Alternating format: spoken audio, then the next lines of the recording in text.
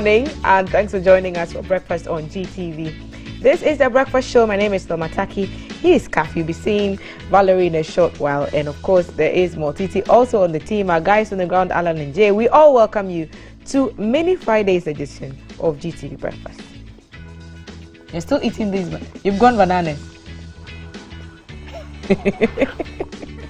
Kaf has gone bananas. We are all going bananas today, and then we'll see how that turns out. This is the fruit of life.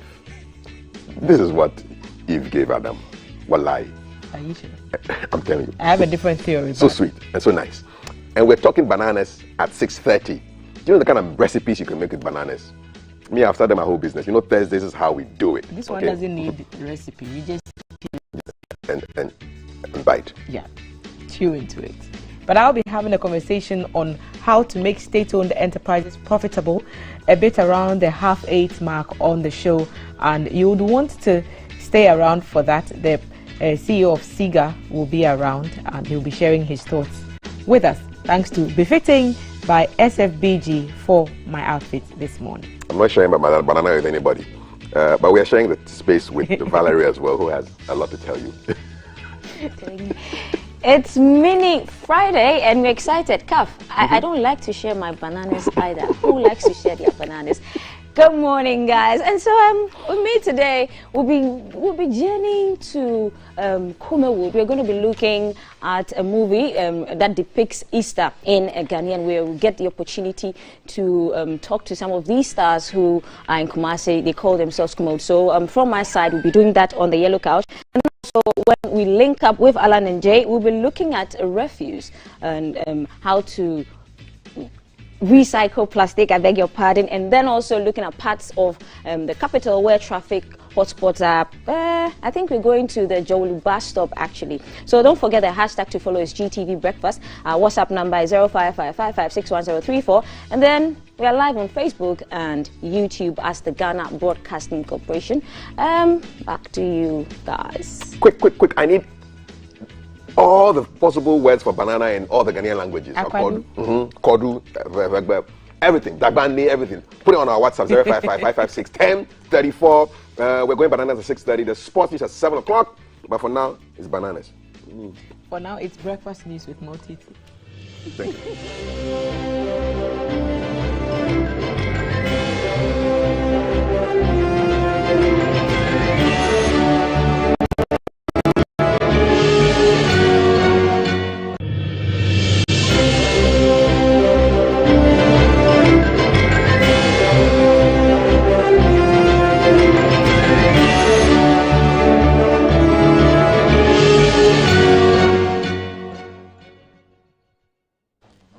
Good morning. Thank you for joining us on GTV Breakfast News at 6 a.m. I am Multiti Sider. Sadiq stories making headlines. Victims of the recent tidal wave still be relocated. Also, we'll look at how motorists are applying the Nagbewa interchange in Tamale that was recently opened to traffic. On international front, West African countries face food crisis. Let's start off with some tidal wave stories. And about 102 bedroom housing units have been earmarked for construction for those who are victims of the recent tidal waves in the Volta region. Now, work on the first 15 out of these houses is expected to begin in 2 weeks if all goes well. The Volta Regional Minister, Dr. Archibald Lecha, disclosed this after touring areas that were hit by the disaster last Sunday. 37 acres of land have been secured at Solakope to relocate the afflicted families. Tidal waves continue to ravage some coastal communities in the Volta region. In April last year, the waves destroyed many houses and displaced more than 1,000 people in 2 districts and a municipality all along the Volta coast. The tidal waves have almost destroyed the Aplao-Keta road, threatening to cut off Agaveji, Amutinu and Salakope from the rest of the Ketu South municipality. The wild waves that came last Sunday hit more than 80 houses and displaced about 300 people at Salakope, Agaveji and Amutinu. A hospitality facility was also not spared by the ravaging sea action. By the time the Volta Regional Minister and the NADMO officials visited the area, life was back to normal and the waves had receded. The Ketu South Municipal Chief Executive, Mr. Maxwell Lugudo, said construction works on 15 of the 100 units of the houses was expected to begin in 2 weeks. We soon start with the 15 unit, 2-bedroom houses as quickly as possible. We are expecting to build at least 100 for them so that we can cater for the people who are affected.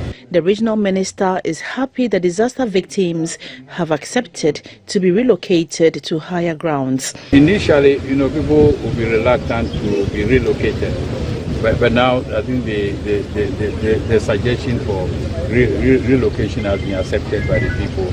So I think we are happy with what's been done.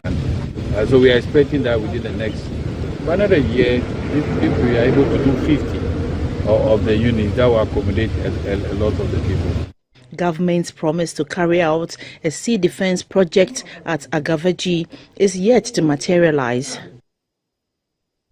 On tidal waves, community leaders within the Awana Beach in the Shama district of the Western region are appealing for urgent support for residents affected by the tidal waves. These dangerous waves with high winds have had a marked effect on hundreds of homes, and there is an urgent need for a sea defense wall to save the community from further destruction. Beach is a small fishing and farming community in the Shama district of the Western region.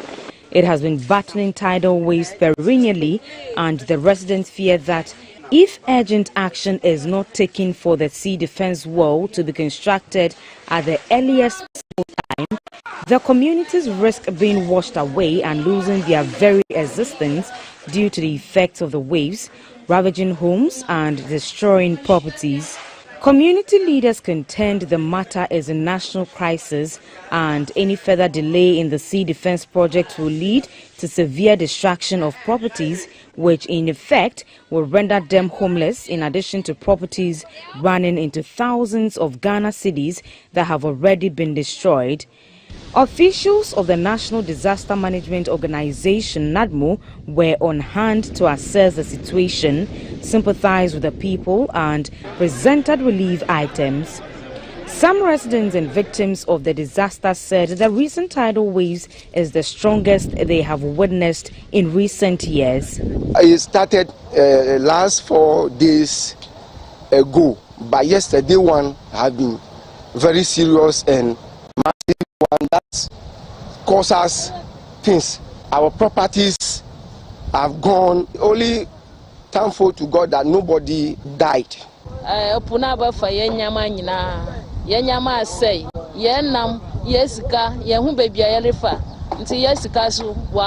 The Shama District Chief Executive, Mr. Ebenezer Dazik, said to avoid recurrence of this disaster, the community is going to be relocated, adding that the residents have agreed to the resettlement. The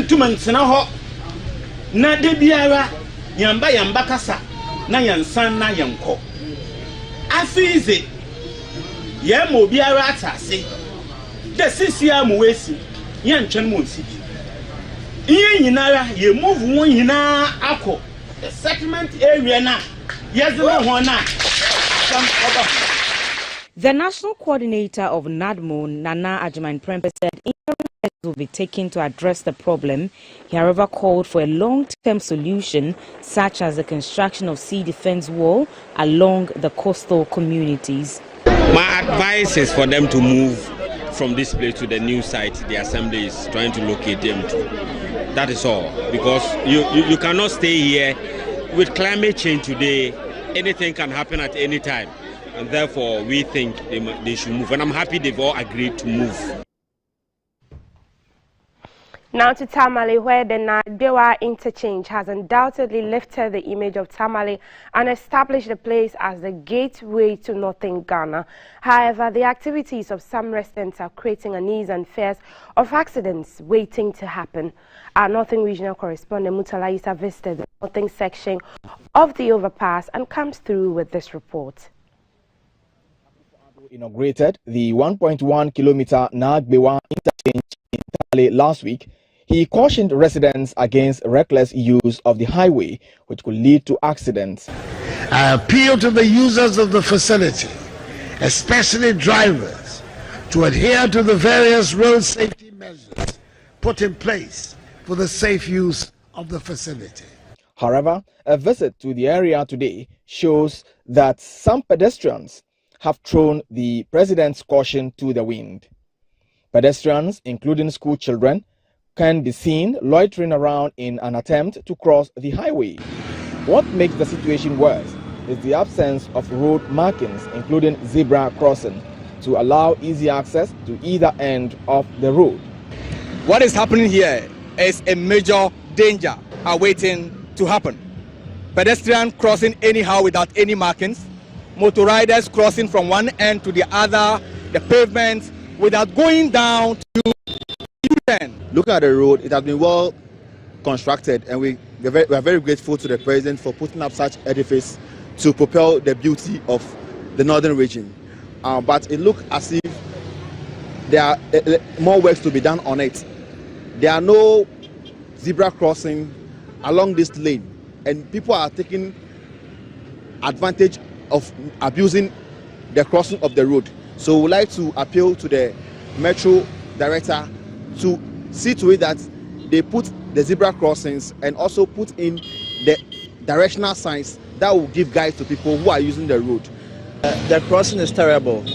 I think they have to educate people how to really cross the road. You can just imagine this right now. Look at what this woman is trying to do over there. He's trying to cross with a motorbike. So at least there should be a footbridge for the pedestrians to use. Moreover, people like walking on it. I don't know whether it's a walkway or an interchange or whatever. We just need more education on that. I think that one will help. Residents are urging city authorities to therefore create a footbridge for walking over and find a way of controlling motor riders from crossing the pavement anyhow. Mutala Isa for GBC News. Away from Tamale now, let's turn our attention to another worrisome development. The indiscipline and filth that seem to be the order of the day in many neighborhoods. Now, GBC News has this report from the Medina